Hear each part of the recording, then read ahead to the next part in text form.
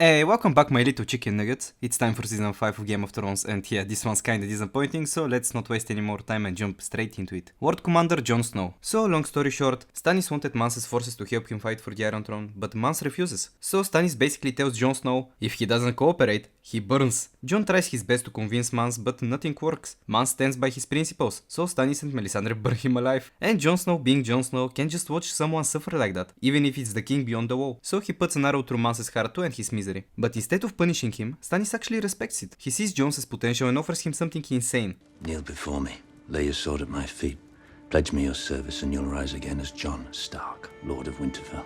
Jon genuinely considers it, but in the end he declines. As after the battle for Castle Black and the death of Jorah Mormont, the Night's Watch desperately needs a new World Commander. And surprisingly enough, they choose the most diplomatic method possible. They vote. Even though most people want Alliser Thorne, some stands up and nominates Jon Snow. And the room actually reacts well. Well, not everyone, but Jon wins by one final vote. The Maester himself. So now as World Commander, Jon starts focusing on how to actually improve the Night's Watch. And being the kind soul he is, he can't ignore all the people still stuck beyond the wall. He's tripped to save the wildlings. Jon is torn about whether he should go and save the wildlings, but after a talk with Maester Aemon, who basically tells him, people will hate you no matter what, so do what you think is right, Jon finally makes up his mind. He goes because he's simply a good person. Jon and Tormund travel together to the wildling camp, they meet the elders, negotiate, explain that Jon actually killed Mance out of mercy, and offer Dragonglass as a peace token. After some resistance, they manage to convince a good portion of the clans to come with them. Everything seems like it's going well. Yeah, about that. The dead fight back. As the wildlings start boarding the boats, the dead attack. Skeletons, White Walkers, everything that shouldn't be moving, starts moving. Jon, Tormund and the wildlings hold their ground for a while, but there's a huge problem. The Dragonglass, the only thing that kills the White Walkers, got left behind in the negotiating hut. So Jon and one of the leaders run back to get it, and they get completely overpowered. The wildling leader dies, Jon gets knocked around and it looks hopeless. Until Jon realizes something insane. Valyrian steel can shatter a White Walker. He kills one in a single blow, which is pretty convenient, but the fight is still lost. Jon, Tormund and Ned manage to escape on a boat, and then we get one of the most iconic scenes ever. The leader of the army of the dead walks to the shore, walks sides with Jon Snow and raises every single dead person from the battle. Jon is left speechless, and honestly rightfully so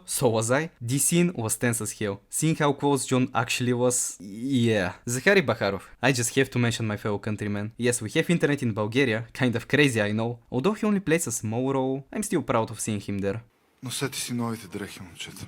Season 5 Sam is still useless. I'm honestly getting tired of mentioning Sam in every single video, but whatever, let's do a quick recap. He gets introduced, he gets bullied, Jon saves him, then he goes on the expedition, he gets bullied, Jorah Mormont saves him, they return to Craster's Keep, the massacre happens, he runs off with the girl he likes, then they get attacked by a White Walker, which Sam kills by accident. And you think, okay, that's cool, maybe he'll finally level up? No! Instead of becoming more confident, he just gets mocked and called Sam the Slayer, and now in season 5, two Night's Watch brothers attack Gilly, and Sam can't do a single thing. He just gets tossed around like a punching bag until Ghost shows up and saves them both. And look, all of this is tragic, but what actually makes me angry is the simple fact that his best friend is literally one of the best fighters in the entire show. If Sam wanted to learn how to fight, even the basics, he absolutely could've. But nah, I guess that's not important in a world where only the strong survive and do whatever they want. Now, before you kindly remind me that he wants to be a maester, he just likes reading, he's not built for fighting. Sure, fine, but taking a few self-defense lessons from Jon is basically the bare minimum. It would help him, it would help Gilly, and it would help him not die instantly every time something happens. Game of Thrones is literally built on two things, fighting and politics, and you can be really good at the politics part, but if you can't even defend yourself properly, you're not going to last long. And the craziest part, Stannis tells us that Sam's father was actually a monster in battle. He even gave Robert Baratheon his first loss. So Sam clearly has the genetics, he just refuses to use them. Anyways, Sam eventually leaves to study to become a Grand Maester, leaving Jon behind, completely alone in a place where half of the men already hate him. So yeah, the fighting part isn't happening anytime soon. Traitor. Jon returns with the wildlings, there's a tense standoff at the gate, but Alliser eventually lets them through. But Jon now has more enemies than ever. Being a good person sometimes just isn't enough. As Alliser Thorne himself says, You have a good heart, Jon Snow. It'll get us all killed.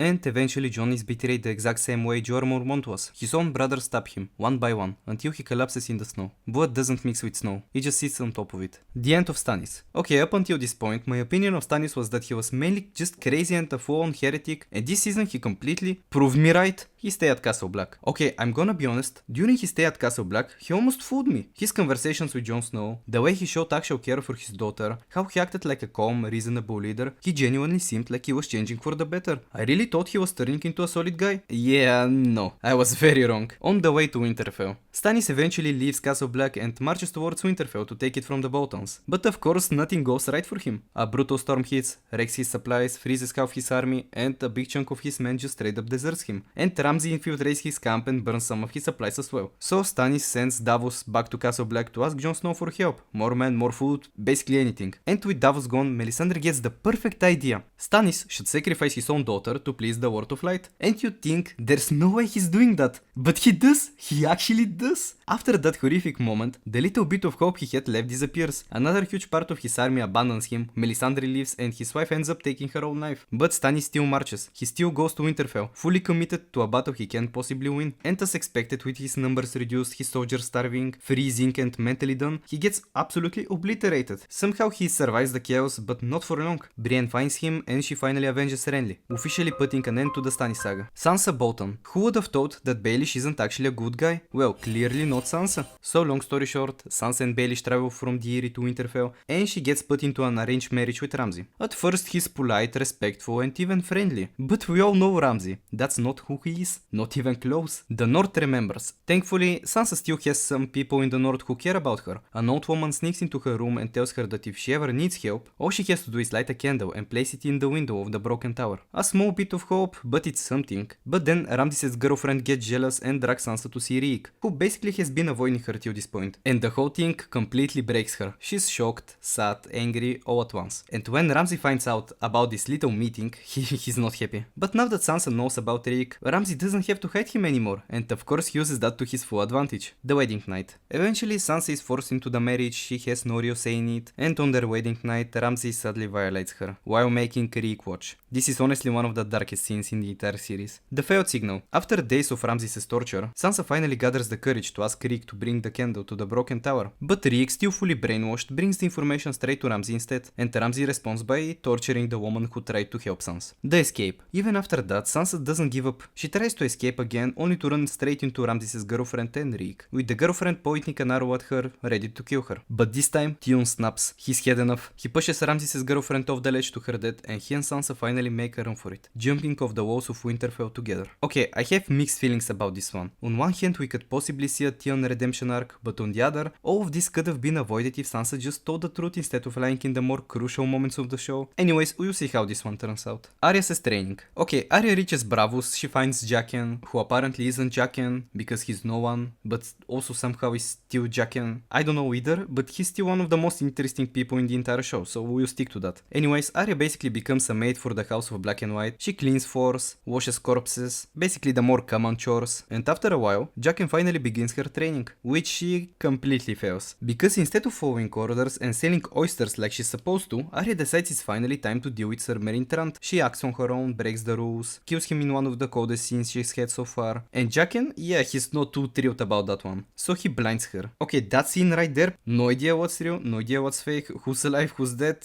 Anyways, the Daenerys situation. Tyrion plus Varys plus Jorah. So Tyrion's escape with Varys last season wasn't just a random getaway. Varys basically wanted to bring Tyrion to Daenerys, and I guess Tyrion is his best friend now? Tyrion's hesitant at first, obviously, but eventually he agrees. But on their way there, Jorah scoops Tyrion up and decides to deliver him to Daenerys as some kind of a gift? Friend? Prisoner? Bonus reward? Honestly, even he doesn't seem sure. And their journey is rough. They get attacked by grayscale fanatics, captured by pirates, sold as slaves, but eventually one way or another, they actually make it to Daenerys. Daenerys. After everything she did in Meereen in the previous seasons, Daenerys finds herself dealing with a whole list of problems, with the biggest one obviously being the Sons of the Harpy. And the Sons of the Harpy, yeah, they go absolutely wild. They kill civilians, attack elite patrols, and cause total chaos. And after she banishes Jorah, Daenerys finally realizes things are getting way out of control. The Sons of the Harpy are also annoyingly smart. They ambush Grey Worm and Sir Barristan in a completely unfair fight. A fight that ends with Sir Barristan dying tragically and Grey Worm getting stabbed. And when Daenerys hears about all of this, she does what she always does whenever she runs out of options. She tries her luck with the dragoons, but they're still mad at her for locking them in the basement like misbehaving teenagers, so they're not exactly in the helping mood. So she does the only logical thing left. She reopens the fighting pits. It actually turns out pretty good, because she reunites with Jorah for the third time, and he ends up saving her from a Sons of the Harpy assassin. But of course, it isn't just one assassin, the entire fighting pit turns into a massacre. Daenerys' crew forming a circle around her. The numbers are still against them, until Drogon returns. He flies in like he owns the place, burns out the arena, and then flies away with Daenerys. Her crew manages to regroup in Meereen and make a plan to go look for her. Tyrion gets left behind to rule the city, and thankfully, Varys finally shows up again to help him out. Unfortunately, Daenerys doesn't get found by her actual rescue party, she gets found by a group of Dothraki riders, and they capture her. The story is starting to shift heavily towards Daenerys now, with Tyrion and Varys on her side, an army at her back, a few dragoons, okay, one of which actually listens, and so much momentum building up around her, it really feels like everything is pushing her towards one thing, making her move for the throne. But as we are talking about thrones now, King's Landing, missing plot because everyone there is basically gone, the Sparrows. I honestly don't remember them being mentioned even once before this season, and if I don't remember and I've made a full video for every single season so far, that means they probably weren't. So the Sparrows were basically a distraction introduced to us in season 5, because with Joffrey dead, Tywin dead, Jaime gone and Tyrion gone, King's Landing had literally no one left to carry the story. Tommen isn't interesting, Marjorie is pretty much the same, and Cersei, yeah, she's extremely unlikable at this point. So I get why they introduced the Sparrows. King's Landing needed something to keep the plot moving, but the problem is simple. They weren't interesting, they were forced, they had no depth, they showed up out of nowhere and expected us to care. And this brings me to the main question. Why is the story still focusing on King's Landing when there are no interesting characters left there? They could have focused more on the Night's Watch or Winterfell, maybe a POV of the Savages before Jon came to rescue them, or literally anything else. But no, they stuck with King's Landing even though the place was basically a narrative wasteland. Varys Tyrell. Oh, and I almost forgot. Varys. He is just there for the sex scenes at this point. I mean, I probably should have seen it coming from the moment he was introduced as Renly's lover, but still, outside of the romantic aspect, he's supposed to be a really respectable fighter. So naturally I expected him to grow as a character, show more of his skill and get more involved in the actual plot. But no, he's basically the exact same character he was back in season 1, and it's getting kinda annoying. No development, no depth, just sex scenes and vibes. Cersei says punishment. Last season I said Cersei was going to get what she deserved, and yeah, she does. But just like Joffrey's storyline, it wasn't delivered by any of the characters she wronged. It comes from an entirely new group of people who appear out of nowhere. Yeah, the punishment was brutal and hard to watch, but it still somehow flew under the radar. It never felt like the true payback that should have come from the actual storyline we've been following for 4 seasons. The Lannisters really get a special kind of treatment when it comes to consequences. Conclusion. Okay, I would be understating it if I said I didn't enjoy King's Landing this season. It just didn't work. Empty, forced, repetitive, like the show was trying to fill space until something better happened.